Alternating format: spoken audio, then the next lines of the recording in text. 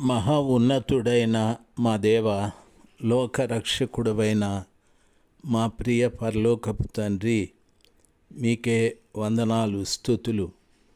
తండ్రి, గిద్యోనుతో మీరు మాట్లాడినప్పుడు, మీరు దేవుడైతే మాకెందుకు ఈ విధంగా శ్రమలు? మిద్యానీయుల మీద అమోనీయులు, మోయాబీయులు ఎందరో ఇశ్రాయేలీల మీదకి వచ్చి నాశనం చేస్తున్నారు. మా పంటలు తీసుకెళ్ళిపోతున్నారు, మా పాడి తీసుకెళ్ళిపోతున్నారు, మా గొర్రెల మందల్ని తీసుకెళ్ళిపోతున్నారు. మా నివాసములలో మేము నివసించటానికి భయపడిపోతున్నాం. కొండ గుహలలో మేము ఎక్కడెక్కడో దాక్కుని బ్రతుకుతూ ఉన్నాం. మమ్మల్ని కనికరించండి, మమ్మల్ని క్షమించండి అని అడిగాడు కదా. ఆ రీతిగా ఈరోజున ప్రపంచం ఉలిక్కి పడేటట్టుగా క్రైస్తవ్యం మీదికి లేచినటువంటి ఎంతోమంది నాయకులు, ఎంతోమంది పరిపాలకులు, ఎంతోమంది మనుషులు, అధికారులు నిర్దాక్షిణ్యంగా క్రైస్తవులను చంపాలని కంకణాన్ని కట్టుకున్నారయ్యా. మణిపూర్లో ఆ వధ జరిగాది. ఇక్కడ కూడా ఆంధ్ర రాష్ట్రంలో కూడా జరుగుతూ ఉంది. దయచేసి మా పాపములను క్షమించి నాయన, మా ఎదుటి వారికి మా మీద ప్రేమని, దయని చూపెట్టండి. యేసు ప్రభుల వారి నామంలో ప్రార్థిస్తున్నాము తండ్రి. Amen, amen.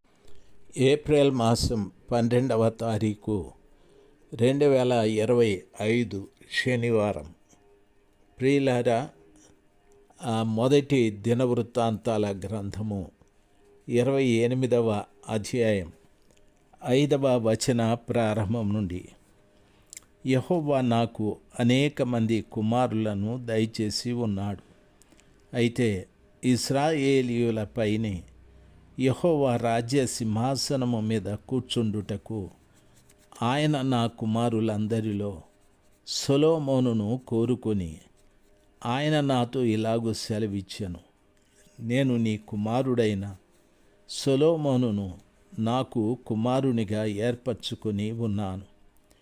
నేను అతనికి తండ్రినయ్యుందును. అతడు నా మందిరమును, నా ఆవరణములను కట్టించును. మరియు నేటి దినమున చేయునట్లు అతడు ధైర్యము వహించి నా ఆజ్ఞలను, నా న్యాయ విధులను అనుసరించిన ఎడల నేను అతని రాజ్యము నిత్యము స్థిరపరచుదును అని దావీదుతో ప్రభువు సెలవిచ్చిన మాట. దావీదు గారు చెప్తున్న మాట. నాకు అనేక మంది కుమారులను దయచేసి ఉన్నాడు దేవుడు. ఇశ్రాయేలీయులపైన యెహోవా రాజ్య సింహాసనము మీద కూర్చుండుటకు ఆయన నా కుమారులందరిలో సొలొమోనును కోరుకొని ఆయన నాతో ఇలాగూ సెలవిచ్చి ఉన్నాడని. ఈరోజున ప్రియులారా, ఇశ్రాయేలీల మీద రాజుగా ఉండటానికి దేవుడైన యెహోవా దావీదు కుమారులలో సొలొమోనును ఎన్నిక చేసుకున్నాడు. ఎంత గొప్ప సమాచారము! దేవుని దృష్టిలో సొలొమోను రాజ్య పరిపాలన చేయుటకు యోగ్యుడిగా కనిపించాడు. ఈరోజున వాక్యం వింటున్నటువంటి బిడ్డలమైన మనము కూడా దేవుడు మనల్ని రక్షించాడు, అంతటితో ఊరుకోడు ప్రభులవారు. ఆయన రాజ్య వ్యాప్తి నిమిత్తమై నిన్ను దేవుడు ఏదో ఒక పని కొరకు ఎన్నిక చేసుకుని ఉంటాడు. ఏదో ఒక బాధ్యత నీకు అప్పగించి ఉంటాడు. ఒకసారి నెమ్మదిగా ఆలోచన చేసి చూడు. మందిరానికి వెళుతున్నటువంటి నీవు ఏ విషయంలో ఉపయోగపడుతున్నావు? నీవు ఉపయోగపడడం లేదు అంటే నిజంగా దేవుడు నిన్ను ఎన్నిక చేసుకోలేదని దాని అర్థం. దేవుని మందిరంలో ఏదో ఒక పని కొరకు నీవు ఉపయోగపడుతూ ఉండాలి. కొందరు చూడండి, మంచిగా వాయిద్యాలు వాయిస్తూ ఉంటారు, కొంతమంది పాడుతూ ఉంటారు, కొంతమంది పరిచర్య చేస్తూ ఉంటారు, కొంతమంది అంట్లు తోముతూ ఉంటారు, కొంతమంది ఈ వాష్రూములు కడుగుతూ ఉంటారు, కొంతమంది మందిరం అంతా జాగ్రత్తగా తుడుస్తూ ఉంటారు, కుర్చీలు వేస్తూ ఉంటారు, చాపలు వేస్తూ ఉంటారు, ఎన్నో పనులు. కొంతమంది చూడండి అసలు మందిరంలో ఏ పని పట్టనట్టుగా ఉంటారు. నువ్వు అలాంటి వ్యక్తివేమో ఆలోచన చేయి. మందిరంలో నువ్వు ఏ పని చేయవా అంటే దాని అర్థం ప్రభుల వారు నిన్ను ఏ పని కొరకు ఏర్పాటు చేసుకున్నాడో అనేది నీకు తెలియడం లేదు. సర్వశక్తిమంతుడైన దేవుని పిల్లలుగా మీ అందరికీ నా మనవి ఏమిటంటే, నన్ను ప్రభుల వారు రక్షించాడు అని చెప్పడం చాలా సులభమైన సమాచారమే.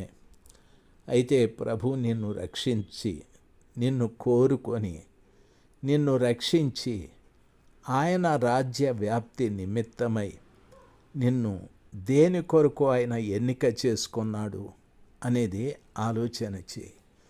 ఏ పని లేని వ్యక్తిగా నీ ఇంట్లో నీవు ఉండవు కదా, ఏదో ఒక పని చేస్తూ ఉంటావు కదా.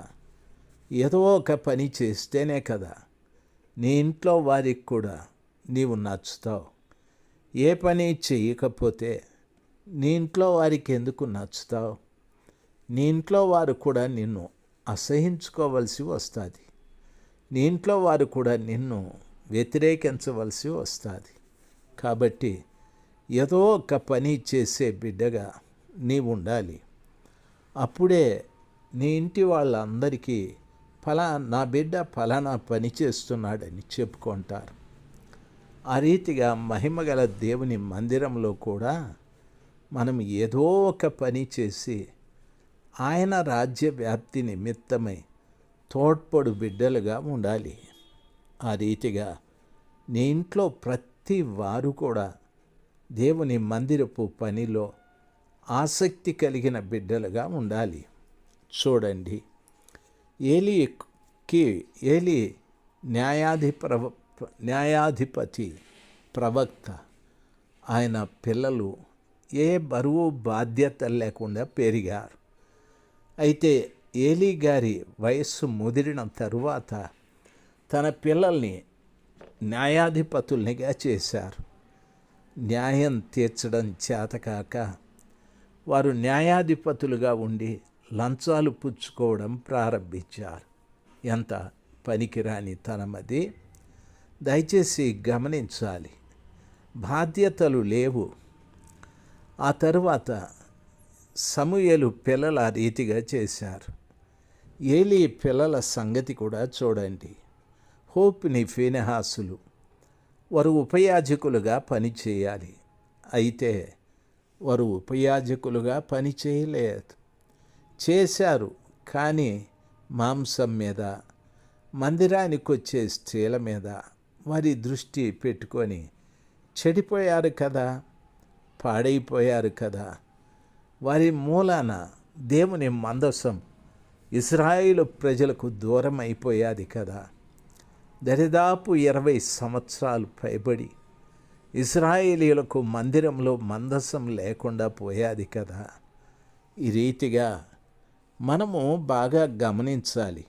దేవుడు మనకిచ్చినటువంటి, మనల్ని ప్రభు ఎన్నిక చేసుకున్నాడు, రక్షించాడు అనేటటువంటి మాటలతో తృప్తి చెందకుండా ప్రభుల వారు మనల్ని ఎన్నిక చేసుకున్న తరువాత ఆయన రాజ్య వ్యాప్తి నిమిత్తమై నేనేం చేస్తున్నాను, నేను ఏ రూపంలో ప్రభుల వారికి ఉపయోగపడుతున్నాను అనేది చాలా ప్రాముఖ్యమైన సమాచారం. దేవుని బిడ్డలుగా మీ అందరికీ నా మనవి, ఈ రీతిగా ప్రతి వారు చింత చేసి ఆలోచించి దేవుని పని కొరకు ఏదో ఒక రూపంలో మనము ఉపయోగపడు వారముగా ఉందుముగాక.